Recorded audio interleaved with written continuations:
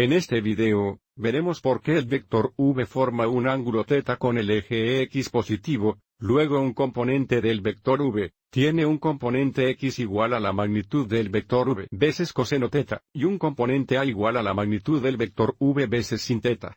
Explicaremos esto usando lo que ya sabemos sobre la trigonometría del triángulo rectángulo, que se muestra aquí a la derecha. Y hagamos esto, estamos trabajando en un ejemplo.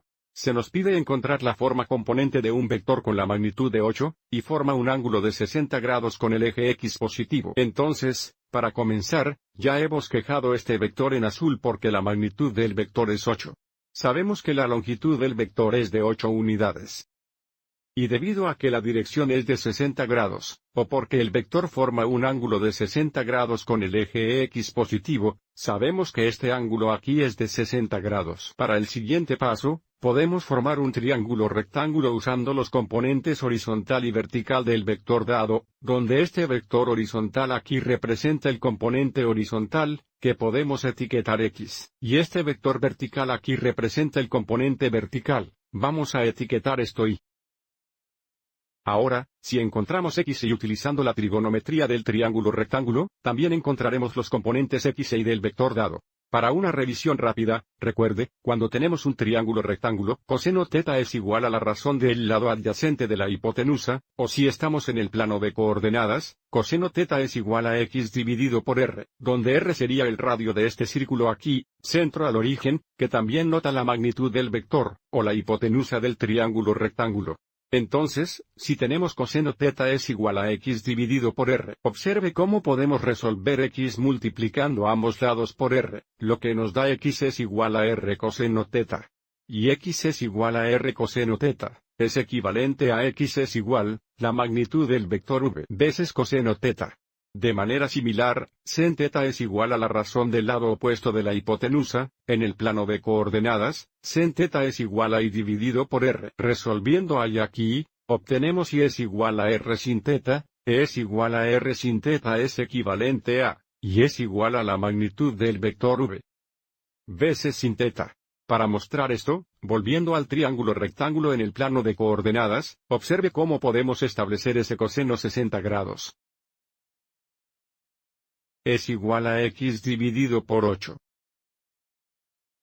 Si resolvemos para x, multiplicamos ambos lados por 8, lo que nos da x es igual a 8 veces coseno 60 grados. Y sabemos que 8 es la magnitud del vector v, y por lo tanto esta ecuación aquí es equivalente a x igual a la magnitud del vector v, multiplicado por coseno θ. Del mismo modo, usando el triángulo rectángulo, observe cómo sen 60 grados es igual a y dividido por 8.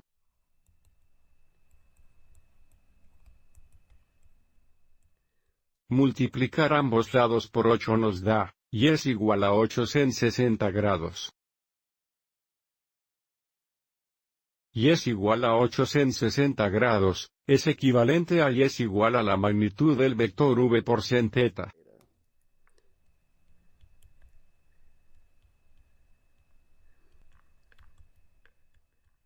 ¿Cuál es la razón por la cual, el vector dado, el vector v, tiene un componente x de 8 coseno 60 grados? Y es un componente de 8 sin 60 grados. Y ahora deseando evaluar, coseno 60 grados y sen 60 grados, ya sea usando un triángulo de referencia o el círculo unitario. Y repasemos ambos, usando los 30, 60, 90. El triángulo de referencia se muestra aquí, porque estamos en el primer cuadrante, sabemos que ambas piernas serán positivas y, por lo tanto, el coseno de 60 grados es igual a 1 dividido por 2 o la mitad. Y sen 60 grados es igual a, raíz cuadrada 3 dividida por 2, o el círculo unitario. El lado terminal de 60 grados intersecta el círculo unitario en este punto aquí, donde el círculo unitario, x es igual a coseno θ y es igual a sen θ. La verificación del coseno 60 grados es igual a la mitad, y el pecado 60 grados es igual a la raíz cuadrada 3, dividido por 2.